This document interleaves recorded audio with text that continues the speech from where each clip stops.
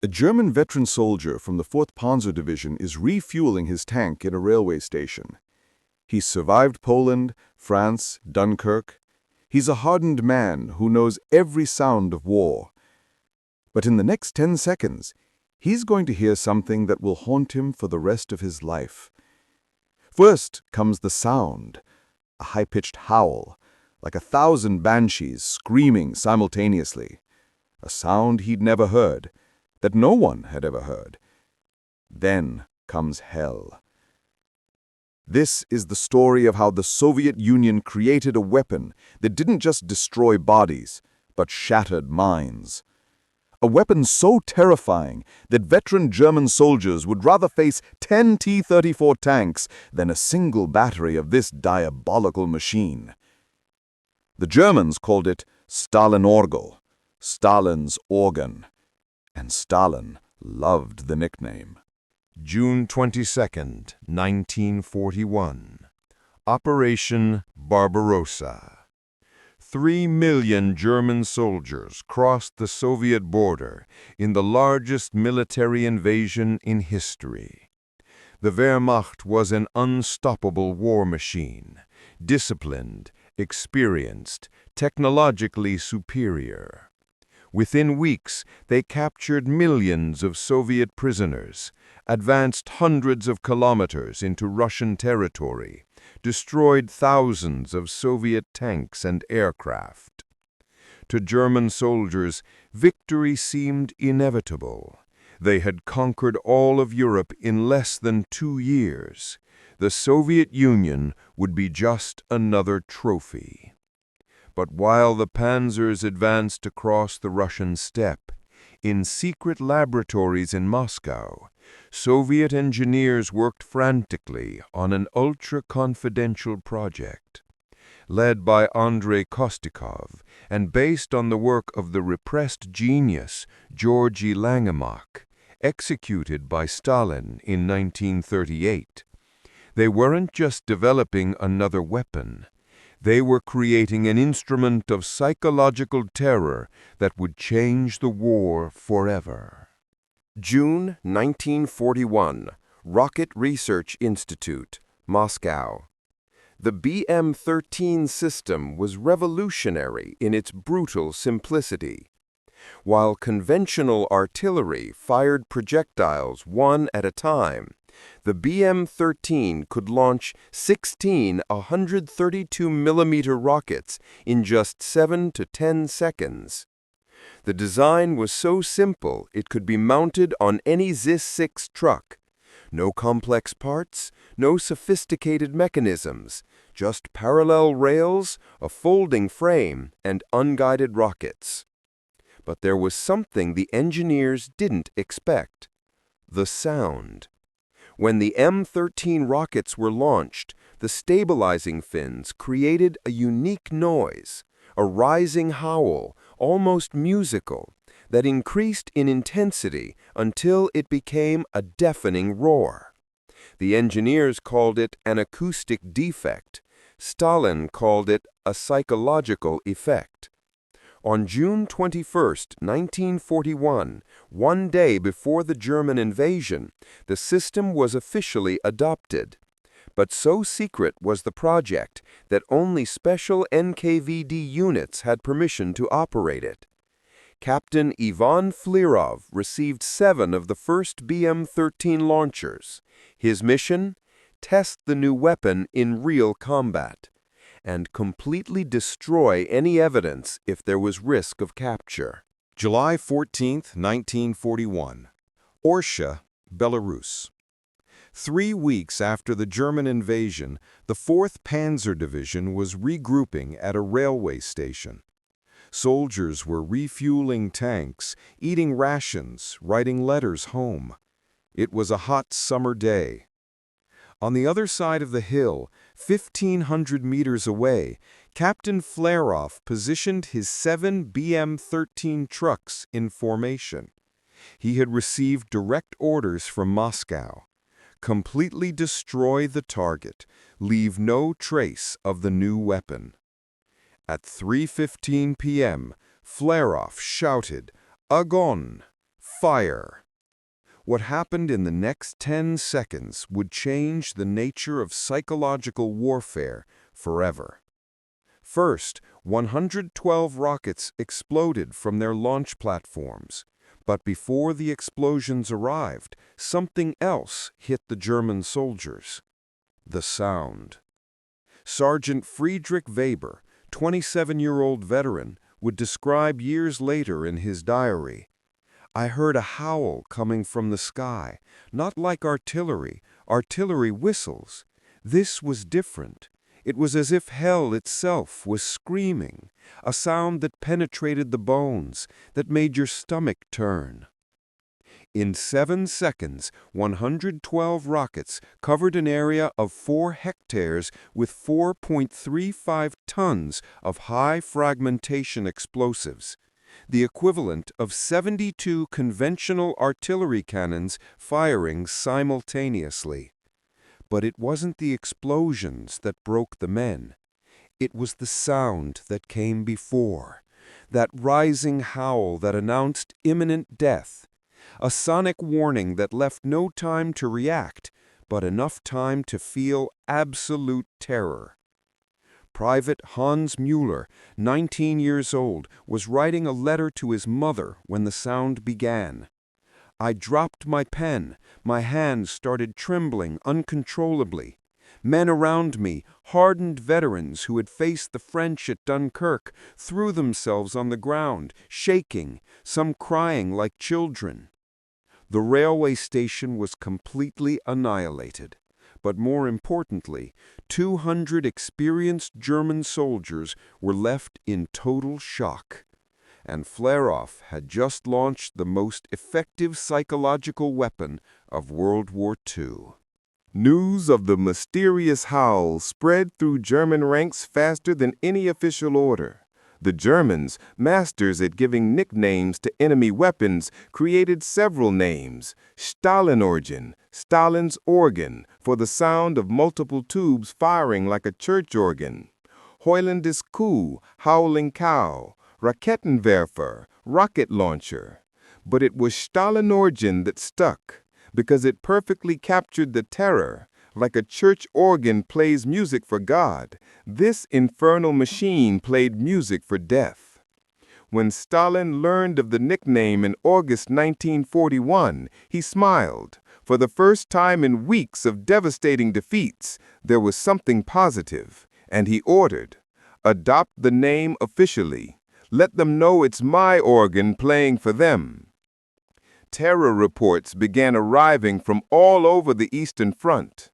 Lieutenant Klaus Weber, 2nd Panzer Division, August 1941. "My veteran men refuse to advance when they hear Katyushas are in the area. Soldiers decorated with the Iron Cross tremble just mentioning the name. I had to threaten a sergeant with court-martial, a man who fought in 3 campaigns, because he panicked upon hearing the sound." Colonel Heinrich Eberbach, 4th Army, September 1941. "This isn't conventional artillery, it's psychological warfare. When our troops hear that howl, they don't think about tactics or cover. They think about primitive survival. I've seen men urinate in their pants. I've seen officers freeze in fear." But the most revealing testimony came from General Heinz Guderian, legendary Panzer commander, in his personal diary from October 1941. "The Russians have discovered something that we, with all our superior engineering, didn't consider. Fear is a weapon. That sound, that diabolical howl, does more damage to troop morale than the physical destruction itself. It's genius in its brutal simplicity." What the Soviets had discovered, accidentally or intentionally, was something modern science would confirm decades later: sonic terror. Dr. Friedrich Pantz, German military psychiatrist assigned to study the phenomenon in 1942, wrote in a confidential report, "Soldiers exposed to the sound of Katyushas develop distinct and consistent symptoms: uncontrollable trembling upon hearing sharp noises, recurring nightmares with the howl, refusal to fight in areas where Katyushas were reported, some cases of urinary incontinence under stress, in extreme cases, complete nervous breakdown. What differentiated Katyushas from conventional artillery was the perfect psychological timing. Traditional artillery, you hear the whistle and explosion almost simultaneously. Little time to feel fear. Katyusha, you hear the howl starting distant, growing in intensity for 3 to 5 seconds. Enough time for your reptilian brain to enter total panic mode, but not enough time to act. It was the sweet spot of terror, awareness without response capability. The Soviets quickly realized what they had created and began using the sound purposefully as a weapon. October 1941, Supreme High Command Directive. The sudden, massive, and well-prepared fire of M8 and M13 divisions provides exceptionally good defeat of the enemy and at the same time has a strong moral shock to its manpower, leading to loss of combat capability. Stalin quickly ordered mass production. If one Katyusha battery terrorized the Germans, imagine hundreds. August 1941, 8 Special Guards mortar regiments formed, totaling 554 launchers. End of 1941, 35 independent operational battalions. 1943, over 500 Katyusha batteries across the entire Eastern Front, more than 10,000 launchers. And it wasn't just the original BM-13. The Soviets created variations for different purposes. BM-8, smaller 82mm rockets mounted on American Willys Jeeps, more mobile, small-scale terror. BM-31, massive 300mm rockets for urban destruction. The sound was even deeper and more terrifying. M-30, static 8-rocket structures for position defense. They turned defensive battles into sonic nightmares. The Germans tried countermeasures, preventative bombing of suspected positions, development of their own multiple launchers, the Nebelwerfer, propaganda minimizing the Katyusha effect. Nothing worked, because the German Nebelwerfer, despite being effective, didn't have that sound. They were frightening, yes, but they weren't Stalin's organ. And German propaganda trying to say don't fear the sound only confirmed to soldiers that the fear was real and justified. Stalingrad, fall 1942, the most brutal battle in human history. House-to-house combat, factory to factory, rubble to rubble, and always, always the howl of the Katyushas. Anonymous German soldier, intercepted letter, November 1942. At night, when everything gets quiet, we hear them, those damned Stalin organs. Even when they're not firing, the sound is in our heads. Some men have gone mad. A sergeant shot himself yesterday, left a note. I can't bear to hear that sound anymore. October 6, 1942. Historical photograph shows a Katyusha battery firing against German positions in Stalingrad. The smoke, flames, rocket trails, but the photograph doesn't capture the sound that drove men insane. Kursk, July 1943. The largest tank battle in history. The Germans launched their last major offensive in the east, Operation Citadel, and were met by an unprecedented curtain of Katyusha fire. General Walther Model, commander of the 9th German Army, post-battle report. Our advance was stopped not so much by physical resistance, but by moral collapse. When Soviet rocket divisions opened fire simultaneously, 300, 400 launchers at once, the effect was apocalyptic. Soldiers who had fought for 2 years in Russia simply could no longer advance under that noise. Operation Bagration, June 1944. Germany's greatest military defeat of the war, worse than Stalingrad. 28 German divisions annihilated in 5 weeks. And in every phase of the Soviet attack, opening the way for tanks, preparing the ground for infantry, was Stalin's organ. Over 1,000 Katyusha launchers participated. The opening bombardment on June 23, 1944, was so intense that German soldiers 10 kilometers behind the front lines reported temporary hearing loss and complete disorientation from the sound alone. Berlin, April 1945. The final assault. 2.5 million Soviet soldiers surrounding the Reich capital. April 16, 5 a.m. The artillery barrage that initiated the Battle of Berlin included hundreds of Katyusha batteries. German soldiers defending the last positions described the sound as the end of the world. May 1945. The war in Europe ended. Total Katyusha production during the war, 37,000 launchers of all types. But the numbers don't tell the real story. The real story is in the German military psychiatric hospitals after the war. Dr. Hans Meyer, psychiatrist who treated German veterans, 1946. We have patients who cannot function in civilian society because any loud noise, a truck braking, a door slamming, takes them back to that sound. They fall to the ground, shaking. Some urinate in their pants. We call it war neurosis, but it's more specific. It's Katyusha neurosis. Veteran Military Hospital, Munich. Research with 500 Eastern Front veterans showed that 73% reported recurring nightmares. Of these, 64% specifically mentioned the sound of Katyushas as the central element of trauma. One veteran, identified only as HS, 42 years old, described in therapy session, "I don't dream about Russian tanks. I don't dream about grenades. I dream about that sound, that rising howl. And I wake up screaming because in the dream it never stops growing. It gets louder, louder, until I wake up." Modern science confirms what the Soviets accidentally discovered. Certain sounds can function as extremely effective psychological weapons. Frequencies between 19 and 20 Hz, infrasound, cause anxiety and inexplicable fear.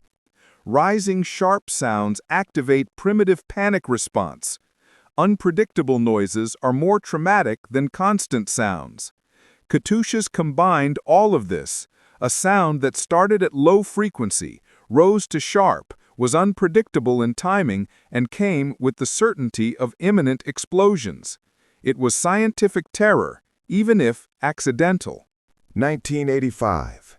40 years after the war's end, German documentarian Klaus Schmidt interviewed Eastern Front veterans for a project on war memory. Responses about Katyushas were surprisingly consistent. Werner Hoffman, 68 years old, former soldier of the 6th Army at Stalingrad. "People ask me what was the worst moment of the war. They expected me to say the cold, hunger, seeing dead comrades. But no, it was the first time I heard the Katyushas, because in that moment I knew, truly knew, that we could lose. Not from a lack of courage or equipment, but because the Russians had found something that broke you from inside." Friedrich Bauer, 71 years old, former artillery officer. "I was an artillery officer. I understood ballistics, trajectories, precision. Katyushas weren't precise. Any German engineer could say that. But precision didn't matter. What mattered was that sound and that volume of fire. It was like being attacked by a storm, not by a weapon." Hans Gruber, 65 years old, former field medic. "I treated Katyusha wounded.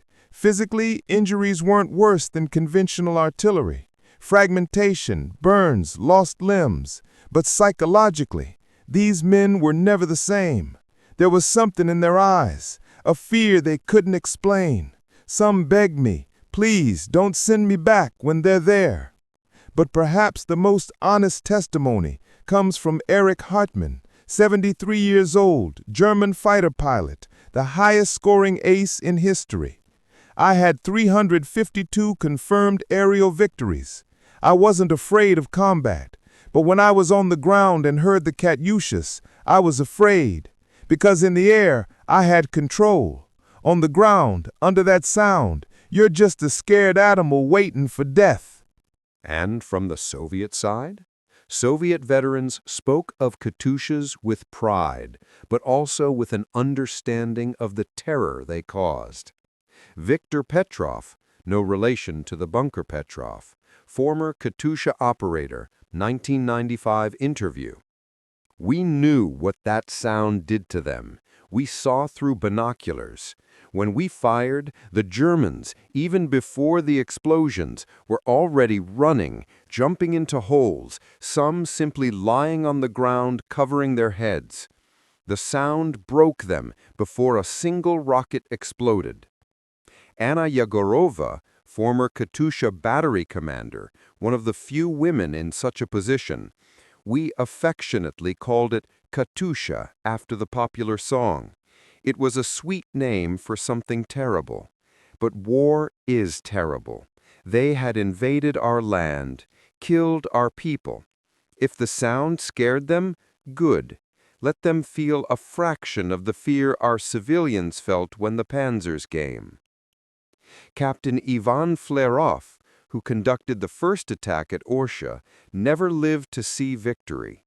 In October 1941, surrounded by Germans who knew he commanded the mysterious new weapons, Flerov destroyed his launchers and killed himself with a grenade to avoid capture. He was 36 years old. The Soviets honored him as Hero of the Soviet Union. His last act was protecting the Katyusha secret. But by 1945, there was no more secret.